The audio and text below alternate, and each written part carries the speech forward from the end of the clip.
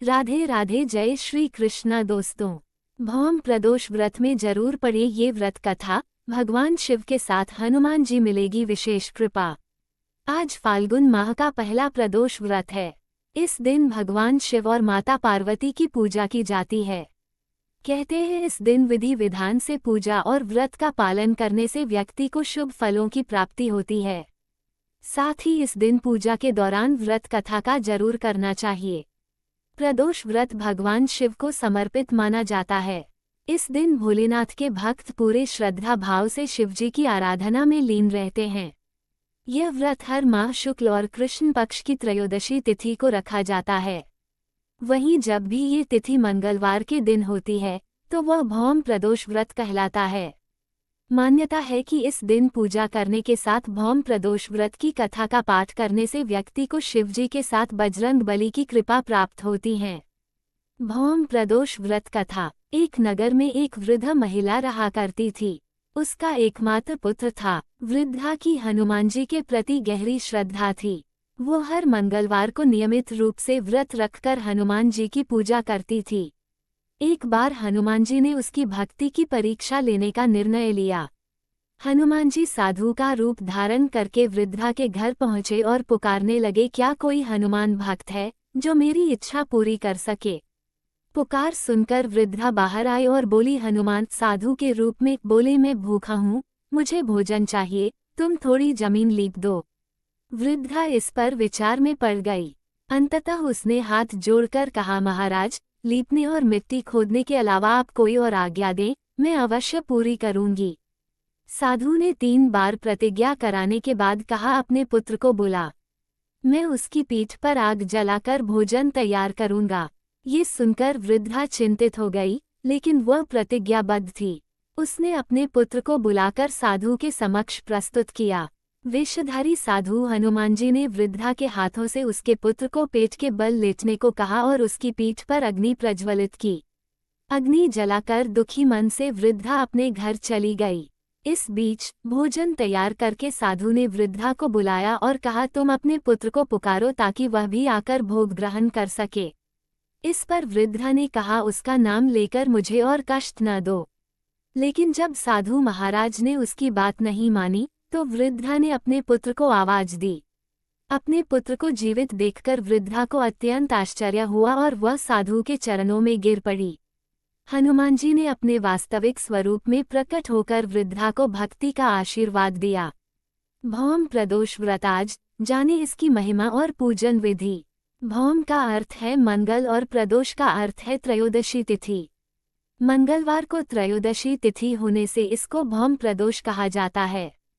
इस दिन शिवजी और हनुमान दोनों की पूजा की जाती है। भौम प्रदोष का व्रत करके शाम की पूजा करने से जीवन की सारी समस्याओं का अंत हो सकता है। भौम प्रदोष का व्रत करके शाम की पूजा करने से जीवन की सारी समस्याओं का अंत हो सकता है। आज भौम प्रदोष की पुण्य तिथि है। ये भगवान शिव के साथ रुद्रावतार वीर बजरंगी हनुमान की अनंत कृपा पाने का दिन है। इस दिन महादेव की पूजा से पापों का नाश होता है और हनुमान जी की उपासना से जीवन में आ रही बाधाएं समाप्त हो जाती हैं। हर माह की त्रयोदशी तिथि को प्रदोष व्रत किया जाता है, लेकिन मंगलवार के दिन पड़ने वाले प्रदोष व्रत को ही भौम प्रदोष व्रत कहा जाता है। आइए आपको इसकी महिमा और पूजन विधि बताते हैं। भौम प्रदोष की महिमा। भौम का अर्थ है मंगल और प्रदोष का अर्थ है त्रयोदशी तिथि। मंगलवार को त्रयोदशी तिथि होने से इसको भौम प्रदोष कहा जाता है। इस दिन शिवजी और हनुमान दोनों की पूजा की जाती है। महादेव की उपासना से हर दोष का नाश होता है और हनुमान जी की पूजा करने से शत्रु शांत होते हैं। कर्ज से छुटकारा मिलता है। प्रदोष काल की पूजा अत्यंत फलदायी। भौम प्रदोष का व्रत करके शाम की पूजा करने से जीवन की सारी समस्याओं का अंत हो सकता है। इस दिन संध्या काल में स्नान करने के बाद संध्या वंदना करें। भगवान शिव की पूजा करें। घर की ईशान कोण में शिवजी की स्थापना करें। महादेव को पुष्प, धूप, दीप, नैवेद्य अर्पित करें। इसके बाद कुश के आसन पर बैठकर शिवजी के मंत्रों का जाप करें। ओम नमः शिवाय या फिर महामृत्युंजय मंत्र का जाप सर्वोत्तम होगा। फिर अपनी समस्याओं के अंत होने की प्रार्थना करें। निर्धनों को भोजन कराएं। शिव की पूजा प्रदोष काल में कर ले तो और भी उत्तम होगा। शाम के समय हनुमान चालीसा का पाठ करना भी लाभदायी होगा। किन सावधानियों का पालन करें? यदि आप भौम प्रदोष व्रत रखने वाले हैं तो फल और जल पर ही उपवास रखें। अन्न खाने से बचें। शिवजी के साथ पार्वती जी का भी पूजन करें। शिवजी को केतकी, केवड़ा अर्पित न करें। अगर उपवास न रखें तो कम से कम सात्विक आहार ही ग्रहण करें। भौम प्रदोष व्रत में क्या करें और क्या न करें, यहाँ जाने सभी जरूरी नियम। धार्मिक मान्यता के अनुसार इस दिन व्रत करने से हर भय से छुटकारा मिलता है और महादेव की कृपा प्राप्त होती है। इस दिन कुछ काम नहीं करना चाहिए। आइए जानते हैं प्रदोष व्रत से जुड़े कुछ जरूरी नियम।